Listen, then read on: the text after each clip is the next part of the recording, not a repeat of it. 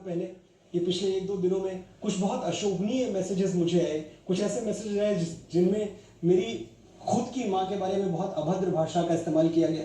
और मैं सोच रहा था कि ये भी तो कहा जाता है कि इस देश में पिछले कुछ सालों में अगर किसी ने माँ और पिता के लिए लोगों का प्रेम जगा दिया है दोबारा, तो वो भी मनोज मुंतशिर ही है।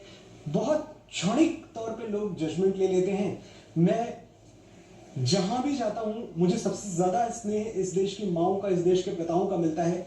मैं उस स्नेह को लेकर अभिभूत हूं और मैं समझता हूं कि जब तक वो मेरे साथ है मुझे किसी छवि की कोई परवाह नहीं है। जब तक इस देश का सैनिक, जब वो मेरे गीत गाता है तेरी मिट्टी, जब वो गाते हैं वो देश मेरे तेरी शान पे सदके, मेरी छाती गर्व से भर जाती है। मेरा व्यक्तिगत कुछ नहीं है, मैं कभी इस बात की ना कोई तारीफ लेता हूं ना कोई प्रशंसा मांगता हूं कि भाई मैंने ये लिख दिया, मैंने वो लिख दिया, मैं तो बात तक नहीं करता किसी चीज की।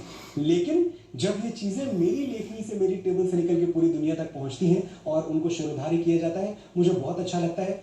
जीवन के मेरे 3 मकसद हैं, सत्य, सनातन और सेना।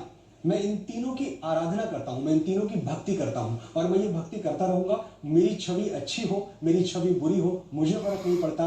मैं अपने व्यक्तिगत जीवन में, नितांत व्यक्तिगत जीवन में सत्य, सनातन और सेना के साथ खड़ा हूं। हमारे साथ सीनियर जर्नलिस्ट अनंत विजय भी हैं। अनंत जी, विवाद हुआ, बहुत सारे सवाल। बहुत सुंदर बात कही है मनोज मुंतशिर जी ने। मैं तो यही कहूँगा कि हमें ऐतिहासिक तथ्यों से कभी छेड़छाड़ नहीं करनी चाहिए और भी लोग इसे ध्यान से सुने।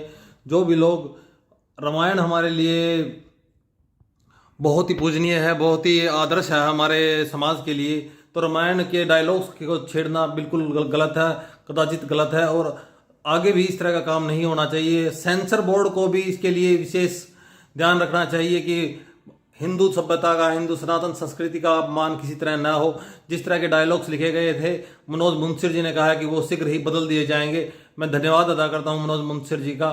जय हिंद दोस्तों, जय भारत।